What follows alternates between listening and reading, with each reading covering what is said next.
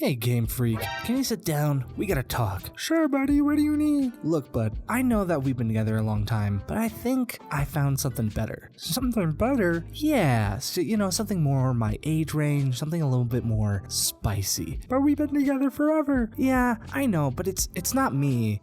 It's a you. Get out. You know what else could be you right now? Smashing the subscribe button down below. Now, let's make some pals. So, Palworld came out, and I've been enjoying it quite a lot. I've been playing a bunch of it. I think I played like 4 hours of it the moment it came out. Now, the thing that I think is most important to note is that is it really like, oh, Pokemon, the adult version? Yes and no. I mean, it has elements of, I would say, Rust, any other kind of regular old survival. It has certain stamina bars and climb meters similar to Legend of Zelda, and it has a lot of mixture of things. It's in early access, so I definitely don't think everything's cohesive within the game yet, but the gameplay itself is very satisfying. The pals are very cute. The catching mechanics are very fun. I think that it really is a fantastic game. Now, what I want to talk about is whether we are looking for a replacement of Pokemon or not at this point in our timeline, because let's be real, right? Let's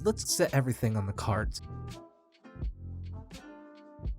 Pokemon has been stale as a cracker at communion. It's just not as good as it used to be. And I'm not saying that because I think that it doesn't have potential. I'm just saying that because even though they make the highest grossing RPG in the world, Game Freak doesn't think that they need to make anything better. Now, I don't particularly subscribe to the idea that we just need to cancel Game Freak and play something else and find an alternative, but I do think that Palworld does speak to a world where a lot of their fans are getting tired. Pokemon fans, to be specific. Pokemon fans are getting tired of Game Freak not putting in their best effort into their game series. I mean, it's little tweaks here, little graphics there, awful GameCube textures everywhere. Like, it's just not what people want from the series. And then being the highest grossing RPG in the world, we can also talk about the fact that in only a year's time from the release, they released DLC content that should have just been included in the game. I don't think that DLC should typically be a thing in the first place for most games. I think that any content that you want to put into a game should just be in a game if it's a single player campaign experience. I don't think that there's any reason to put DLC. And before you go, Panda, but other games put DLC. I don't like that DLC either. So you're not speaking to the right audience if you're going to make that argument. But I do think that Game Freak really has been getting a pass because it's such a beloved series, even though the last, 5 games hasn't even been directed towards its audience. It's been directed towards kids. Their audience isn't children. Anyone who says that Game Freak's audience is children has not actually seen the statistics. Most of the people who play Game Freak's games are aged 20 to 35. It's the people who first started Pokemon. Pokemon is not nearly as popular with kids. The only reason kids play Pokemon anymore is because their parents played Pokemon and introduced them to Pokemon. It is not the same thing as it was in the 90s, in the early 2000s, when people just played Pokemon because it was on TV and there was the trading cards and there was the figures and there was everything going on for Pokemon at that time. I don't hate Game Freak. I do think that they're lazy. I do think that their B team making Arceus was clearly the direction they should have been going this entire time. Like, they should have just had their B team take over from now on, because if Arceus shows anything, it shows that their other team, their younger crowd of developers, know what they're doing better than the old folks do.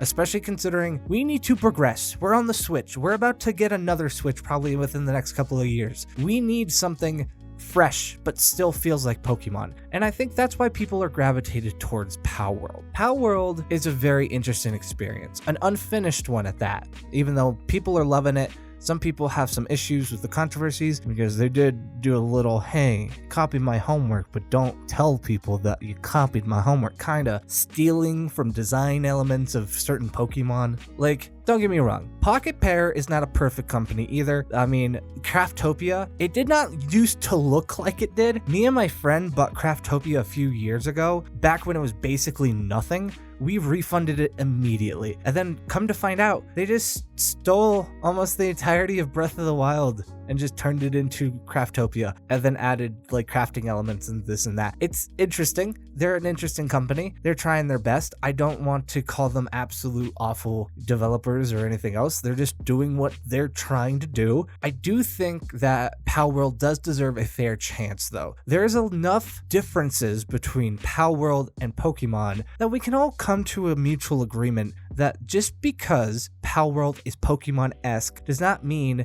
it can replace Pokemon, because it can't. Honestly, nothing can replace Pokemon. I'm going to be real. It has been going strong for over 20 years. The fan base, even though they get absolutely fucked every time, will never let it go. And that's okay. You are allowed to like Pokemon. There's a lot of adorable Pokemon. Trico is my favorite Pokemon.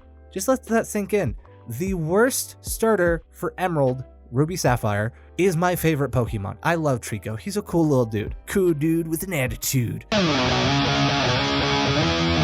But I digress. The point I'm trying to make here is that people who are hating on Game Freak because they don't want Game Freak to succeed, but they're like, oh yeah, Palworld. It's just not super great opinion to have at this point, because Palworld is fun. Palworld is really fun. I'm having a blast doing it. There's a lot of fun little things. The fact that you can catch humans is hilarious, but we also have to remember that besides this, in this tiny little circle we're in, there's a whole greater majority that like Pokemon and Game Freak. Now, are they all happy that Game Freak just absolutely does not care for its audience and never caters to its audience? No, nobody likes it. I don't like it. I'm part of that audience. I don't like that they did that. I got Scarlet and Violet. It was very lackluster. It was a fine. It was mid. It was a C tier game. I'm gonna stick to my Game Boy versions. But Palworld has a certain, I don't know, atmosphere, I guess you could say. Palworld has this kind of special sauce, and it's not the guns, because the guns are great. They're hilarious, but they're not what I'm talking about. What I'm talking about is the fact that you feel more like a trainer in Pokemon than you do in Pokemon. I think that's where we're really coming down to. Like, yes, it's a survival game. You gotta make your own clothes, your own shelter, this, that. But at the end of the day, the core catching mechanics, the core like petting them, feeding them, giving them directions, having special techniques that help them do work feels way more like a world that Pokemon belong in than the actual Pokemon games ever show. Because the thing is, in the manga, in the anime, they show Pokemon doing jobs, working, helping their trainers with activities that are their day-to-day. That's what you have in Palworld. You make a settlement, your pals have jobs, they can do specific things, they have specific talents, they get happy when they accomplish those talents. There's so much more life to the pals interacting with your character than in Pokemon. Pokemon has like, I don't know, it has a couple of cute things about it. The last game had the, following Pokemon, things like that. The Pokemon Go mechanics were absolute trash because they just did it better in Arceus. I'm sorry, they did it better in Arceus. I can't tell you anything else besides Arceus is the best Pokemon game in the last 5 years. They should have just kept doing what Arceus was doing. I don't know why they didn't. As you can tell, this was not a scripted video. This was just kind of getting a point across that, you're allowed to like Pokemon. You're allowed to like Palworld. You're allowed to dislike Pokemon. But most importantly, don't try to keep people down because they enjoy Pokemon and don't like Palworld. Some people don't like the association of cute little animals and guns. Some of us have normal brains. I'm not one of them, but some of us do. Some of us have normal brains that don't want an AK in your little monkey's hands. This is not Planet of the Apes, bro. It's supposed to be the cute little best friend pet game. That's what Pokemon was supposed to be. Not the, hey, this Pikachu now has a desert eagle and he's about to blow the face off of Rattata. Come on, let's be real. But I do think that both games have their space. they both have their places. I think Palworld should be absolutely given a shot. I think that the developers should be given a chance to show everything they have, because so far I'm actually very happy with what they've been showing me. I think that there is a lot of great things with the fast travel system. I think there's a lot of great things with the different environments you could find inside the world. I think that there is some issues to be wrought out, especially with certain pals being in certain biomes and things like that. Like, it's all a smorgasbord right now, but it just came out. Literally just came out. So hopefully those things get ironed out. But I do hope you enjoy both games. I hope that either one that you like, that you just keep doing you. I hope you have a beautiful day. This was Mr. Panda, and I hope you watch my next video. Bye-bye.